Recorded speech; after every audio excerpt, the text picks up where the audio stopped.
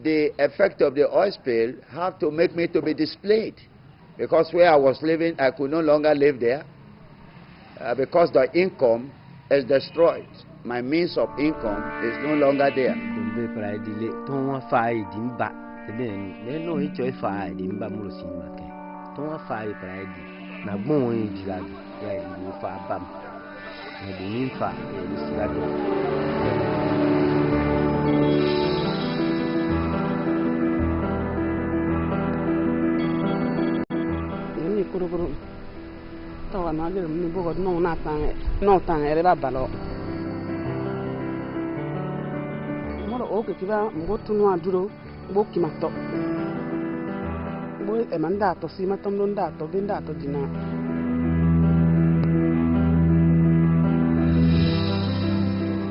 Now, as you see, all the whole place where there were fish, no fish, all the ecosystem, all is dead.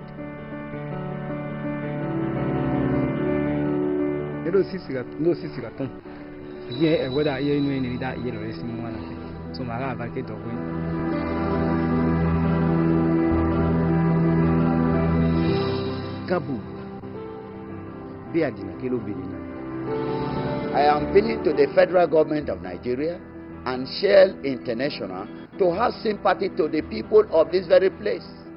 My name is Tosin Popola, and I work on Nigeria for Amnesty International.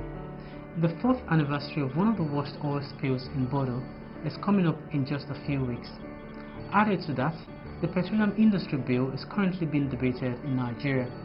This means that we have a real opportunity to push for change and to push for help for those people whose lives and livelihoods have been so affected by pollution in Boda.